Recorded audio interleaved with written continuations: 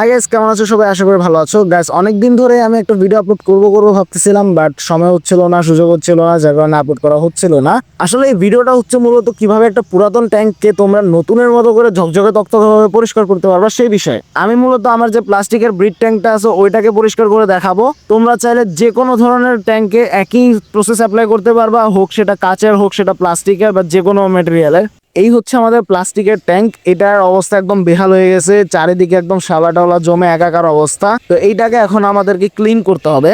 এটাকে ক্লিন করার জন্য আমাদের লাগবে হচ্ছে হারপিক টয়লেট ক্লিনার, আর সাথে লাগবে একটা হচ্ছে শপিং ব্যাগ। এছাড়াও তোমরা এই যে বাসন মাজে যে ওই ধরনের ফোমগুলো আছে ওগুলো ব্যবহার করতে পারো। এবার আমাদেরকে যেটা করতে হবে, যে হারপিক যে ক্লিনারটা আছে ওইটা আমাদেরকে পুরোটা ট্যাঙ্কে খুব ভালোভাবে চারপাশে ছড়াই দিতে হবে।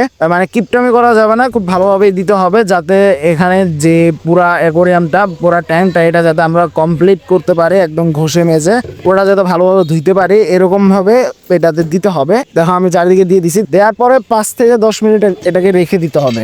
এরপরে যেটা দিয়ে তুমি ট্যাঙ্কের ভেতরটা ঘষে মেজে পরিষ্কার করবা, মানে শপিং ব্যাগ হোক বা ওই যে থালা বাসন মাজার ফোম, ওইটাকে খুব ভালোভাবে ভিজিয়ে নিতে হবে। এরপর ট্যাঙ্কের ভেতরটা চারপাশে একদম ভালোভাবে ঘষা মাজা করে এটাকে ধুইতে হবে।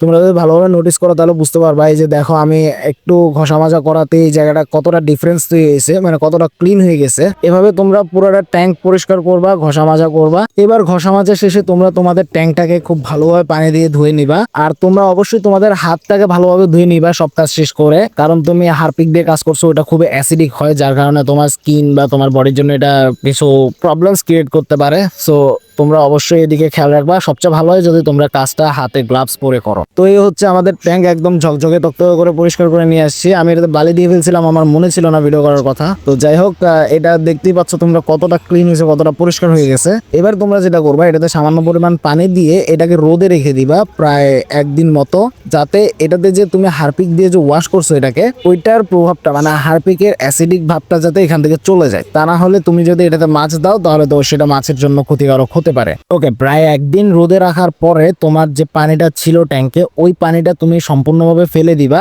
এরপর নতুন পানি দিয়ে আবার 1 থেকে 2 দিন রেখে দিবা, যাতে পানিটা এখানে সেট হতে পারে। দেন পানিটা সেট হওয়ার পরে তোমরা ডেকোরেট করবা তোমাদের মনের মতো করে। দেন তোমাদের পছন্দের মাছগুলো এখানে রিলিজ করে দিবা। বাস এইভাবেই তোমাদের পুরোনো ট্যাঙ্কটাকে পরিষ্কার করে আবার নতুনের মতো করে তোমরা ব্যবহার করতে পারবা। তো কেমন আছে তোমাদের এই ভিডিওটা তোমরা অবশ্যই কমেন্টে জানিয়ে দিবা। দেখা হচ্ছে নেক্সট কোনো ভিডিওতে। টিল দেন তোমাদের সবাইকে টাটা, গুড বাই।